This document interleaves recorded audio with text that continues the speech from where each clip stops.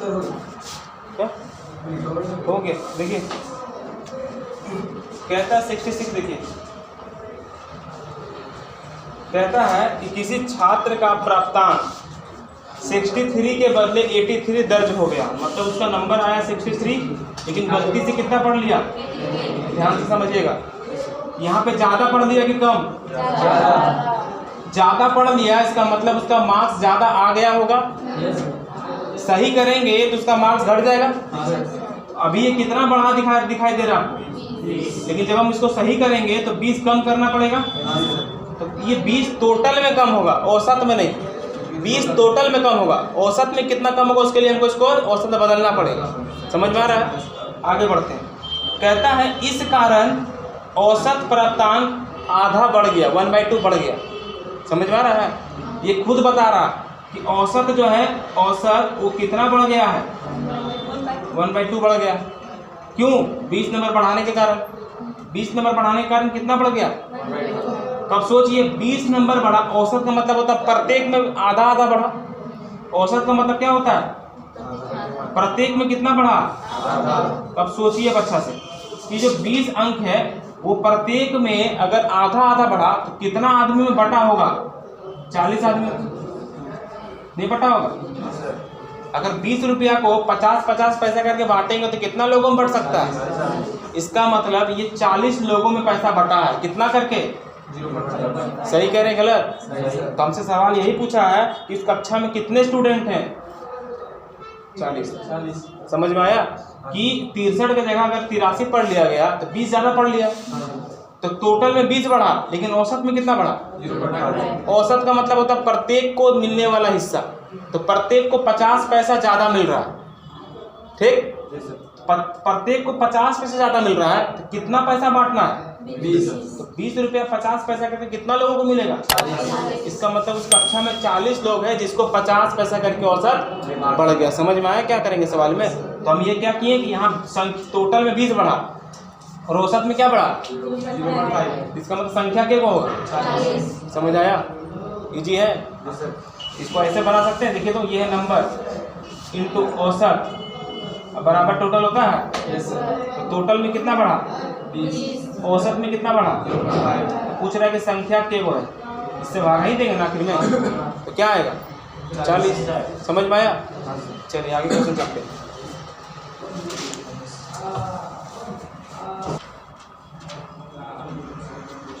यहाँ पे क्या किए? 10% स्टूडेंट था जिसका औसत दिया हुआ था अलग से, 20% का औसत दिया अलग से, और बाकी का औसत दिया पूछ रहा है। टोटल का औसत कितना दिया था? 80। तो हम बोले यहाँ पर सभी स्टूडेंट को जोड़ के हम टोटल ला सकते हैं, तो यहाँ रेशियो लगा सकते हैं। 10%, 20%, 70% का रेशियो क्या लिखे? 1, 2 और 7। तो टोटल कितना हो गया? 10। जो एक 10% स्टूडेंट है उसका औसत कितना दिया हुआ? 95। 20% वाला का औसत दिया है 90, और बाकी जो बच गया उसका औसत पूछ रहा है, लेकिन टोटल का औसत कितना दिया? 80। इसको जब गुना करेंगे तो 95, 180, इधर में 800। इन तीनों को जोड़ने से ही आना चाहिए। यहाँ तक में 275 हम लिख चुके हैं, बाकी कितना बचा 800 में? 525। इसका मतलब यहाँ 7 आदमी का जो टोटल है वो है कितना? 525। औसत निकालना था, 7 से भागा दिए तो कितना आया? 70। सही है ना? देखिए पहले 69 देखिए, उसके बाद 68। कहता है कि सेक्शन ए के 30 छात्र और सेक्शन बी के 35 छात्र का औसत कितना है? ये एक साथ औसत दिया हुआ है। सेक्शन ए सेक्शन बी मिला करके ना है औसत, इसका मतलब टोटल है ये। आगे देखिए शेष के औसत प्राप्तांक 65% है। जो बाकी और भी स्टूडेंट है उसका औसत प्राप्तांक कितना है? ठीक। तो कहता है यदि कुल छात्रों का औसत प्राप्तांक 70 है तो कहता है तो कुल कितने छात्र है, यही ना पूछ रहा है। देखिए ध्यान से क्या करना चाहिए यहाँ पर। देखिए ए और बी का एक साथ औसत दिखाया जा रहा है, कितना? 75%। ए और बी का एक साथ औसत कितना दिखा रहा है? और ए में के गो स्टूडेंट है? 30 गो, और बी में के गो स्टूडेंट है? 35। लेकिन इसका औसत एक साथ दिखा रहा है। ठीक। यहाँ जो शेष स्टूडेंट है, रेस्ट पार्ट, उसमें स्टूडेंट कितने हैं इसका संख्या हमको अभी नहीं पता, लेकिन इसका परसेंटेज दिया हुआ है कितना? 65%। और टोटल का जब हमको परसेंटेज दिया तो उसको हम एलिगेशन लगा सकते हैं कि नहीं? लगा सकते हैं ना। तो टोटल का जो परसेंटेज कितना दिया हुआ है, तो यहाँ एलिगेशन लगेगा। हाँ, यहाँ का डिफरेंस कितना, यहाँ का, इसका मतलब इसको काटेंगे तो 1:2, मतलब जितना आदमी इधर उतना ही आदमी उधर। तो इधर में कितना आदमी है? 65। इधर भी एक आदमी होगा, इसका मतलब टोटल कितना होगा? 65 और 65। हाँ, तो टोटल कितने लोग होंगे? 130। समझ में आया? 65 इस ग्रुप में, 65 इस ग्रुप में। तो एलिगेशन कहाँ लगा रहे, समझ में आ रहा है कि नहीं? एलिगेशन लगाने के लिए एक चीज और बताते हैं। जब आपको 3 को डाटा दिया होगा, 1 2 3, जो बीच में रखते हैं देखिए, एक जन से कम होगा और एक जन से ज्यादा होगा। दिख रहा है कि नहीं? इस तरह से पहचान सकते हैं एलिगेशन है। बाकी एलिगेशन पहचानने का और तरीका क्या है? एक ग्रुप का एवरेज इधर, दूसरा ग्रुप का एवरेज इधर, और टोटल का एवरेज इधर। समझ में आया? चलिए नोट कीजिए।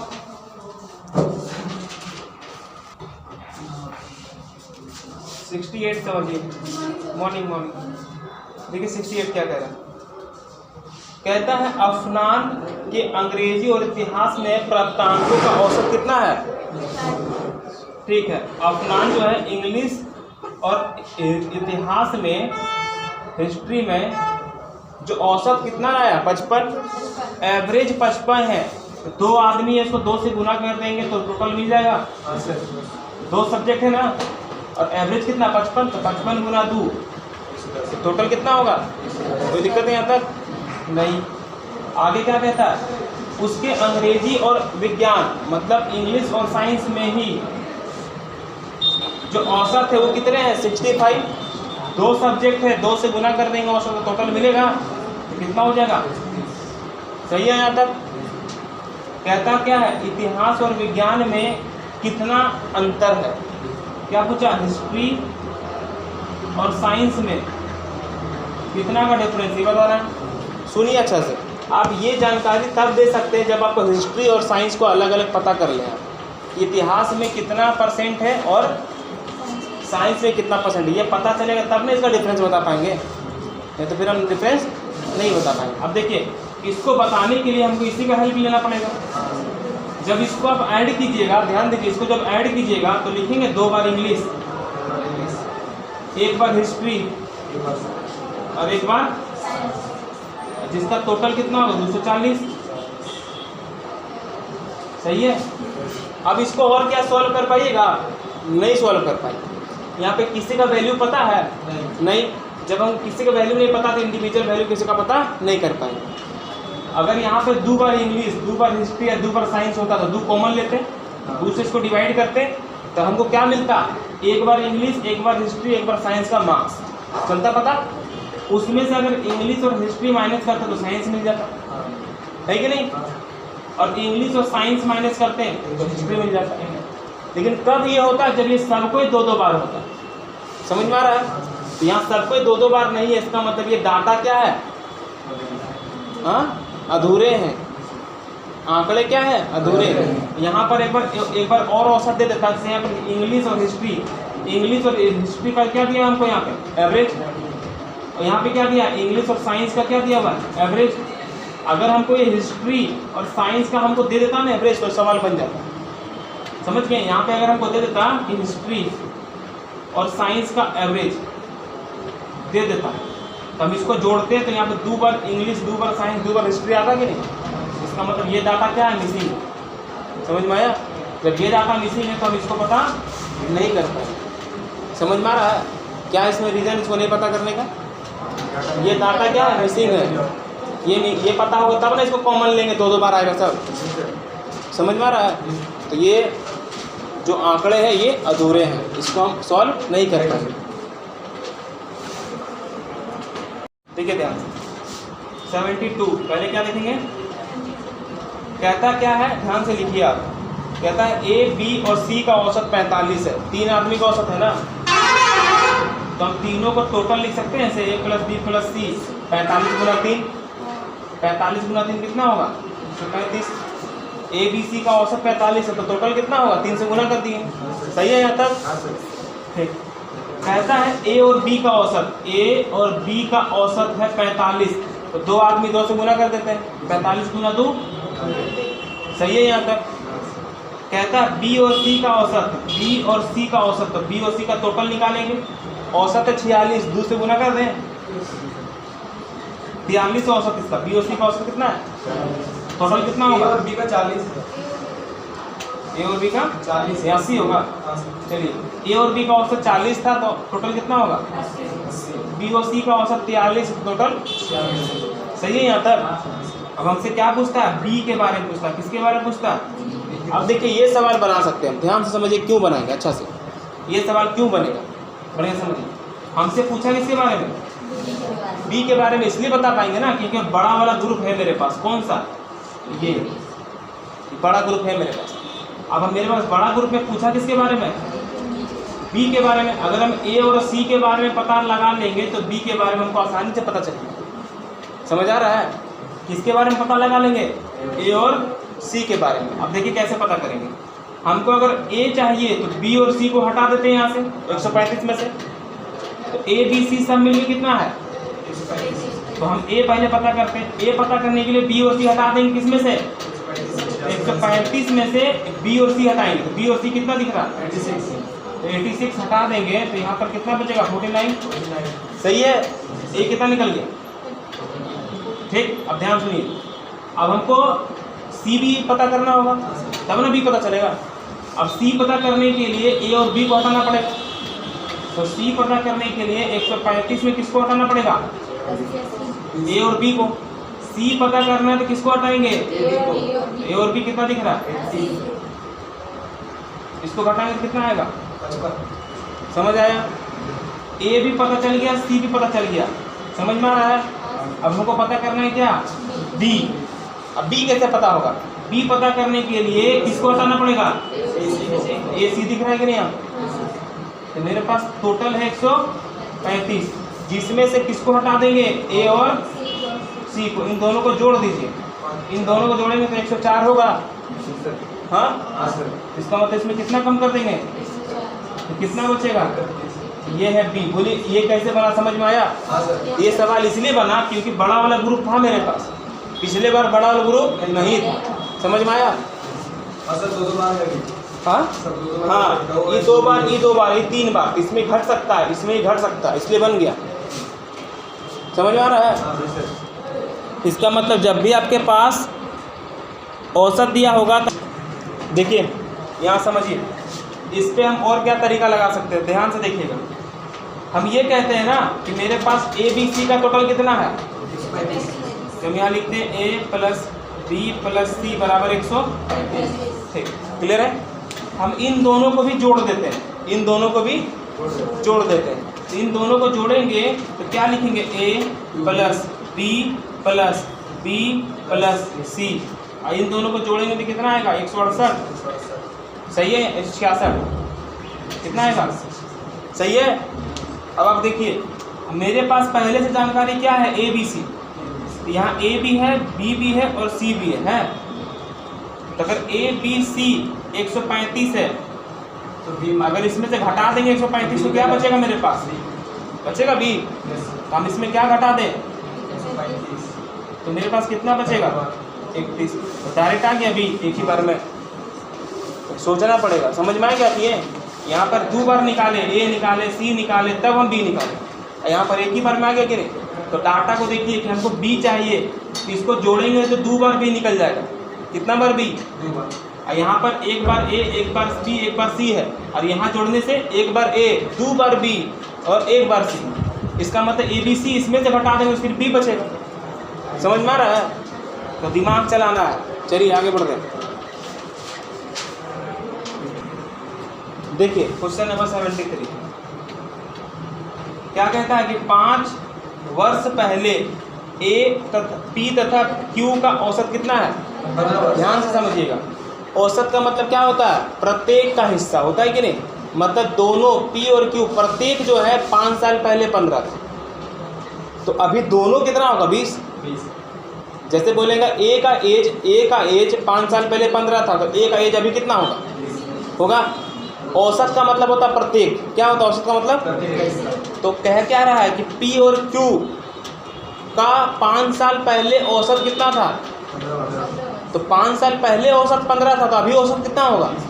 समझ में आ रहा है? प्रेजेंट में आगे तुरंत तो P और Q अभी औसत कितना होगा? 20। तो टोटल कितना होगा? 40। 2 आदमी है, 5 साल पहले का औसत 15 है, तो प्रेजेंट का औसत कितना होगा? 20। तो प्रेजेंट में औसत 20 है, तो टोटल कितना होगा? समझ में आया? आगे देखिए, कहता P Q R। अब 3 आदमी है, P है, Q है और R, इन तीनों का औसत कितना है? तो टोटल कितना होगा? सही है यहाँ तक? 3 आदमी 3 से गुना कर दिए औसत को। कहता क्या है? R की आयु 10 वर्ष बाद क्या होगी?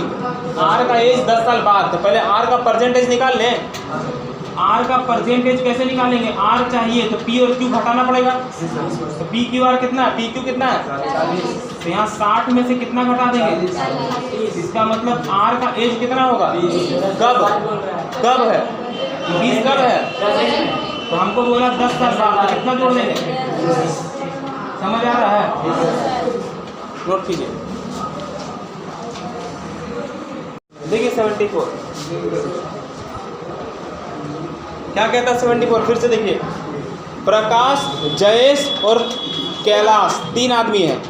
तो P से प्रकाश, J से जयेश और K से कैलाश का मासिक वेतन का औसत है। औसत कितना है? 1100। तो 3 आदमी 3 से गुना कर देंगे, टोटल मिल जाएगा कितना? 3300 टोटल होगा। हाँ, लेकिन ये कौन सा इनकम है? मासिक, महीना का, याद रखिएगा। ये मंथली है, क्या है? ध्यान रखिएगा, ठीक है ना? पहले बता, तो प्रकाश, जयेश और कलेश का मासिक वेतन का औसत कितना है? 1100। महीने का औसत कितना है? तो हम हमेशा एवरेज को टोटल में चेंज करते हैं। कर दिए, कितना हुआ? आगे देखिए, यदि प्रकाश और कैलाश का वेतन औसत जो है 900 रुपया है, मतलब कौन कौन? P से प्रकाश और कैसे कैलाश का जो औसत है वो कितना? 900। टोटल कितना होगा? अब एक बात बताइए, अगर हमको यहाँ J का मान पता करना है तो ये जो P और K को हटा देंगे, आएगा कि नहीं? तो बताइए यहाँ J का अगर वैल्यू निकालना है तो हम 3300 में से क्या घटा देंगे? तो कितना होगा? 1500 कौन होगा? J। लेकिन ये मंथली इनकम है, ध्यान रखिएगा। आगे क्या कहता है? जयेश का वेतन बताइए। तो यही है, जयेश का वेतन सालाना नहीं ना पूछा है। अगर खाली वेतन पूछा, अगर सालाना बोलेगा तो 12 से गुना करेंगे इसको। समझ में आया?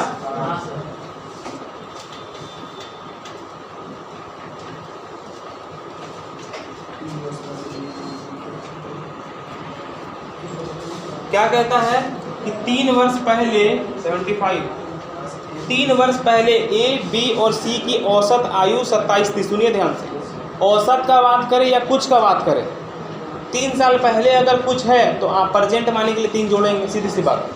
तो 3 साल पहले का औसत है 27, तो प्रेजेंट औसत कितना होगा? यही ध्यान में रखना। समझ में आया? तो 3 आदमी है, A, B और C का औसत है प्रेजेंट में 30, तो टोटल कितना होगा? 90। सही है कि नहीं? A, B, C का औसत 3 साल पहले 27 है, तो प्रेजेंट में औसत कितना है? अरे सुनिए ना, सुन के बोलिए, सुन के दिमाग में आंसर क्यों सेट कर लेते हैं? A, B, C का जो औसत है 3 साल पहले वो कितना है? 3 साल पहले का औसत है। तो पहले परसेंट के बारे में सोचना है। परसेंट का औसत आने के लिए 3 जोड़ेंगे, तो परसेंट में औसत कितना होगा? जब परसेंट में औसत 30 होगा तो टोटल कितना होगा? समझ आया?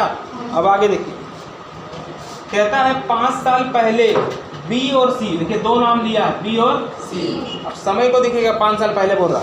5 साल पहले B और C का औसत आयु 20 था, तो 5 साल पहले औसत 20 था, तो प्रेजेंट में औसत कितना होगा? तो प्रेजेंट में औसत 25 होगा, तो टोटल 2 आदमी का कितना होगा? ऐसे एक बार में कैलकुलेट करके लिखना है। अब यहाँ पर B और C आ गया है, तो अगर A निकालना है तो टोटल में दोनों घटा देंगे नहीं, तो कितना होगा? A का एज कितना होगा? तो यही पूछा है क्या? खत्म हो गया सवाल। समझ में आ रहा है?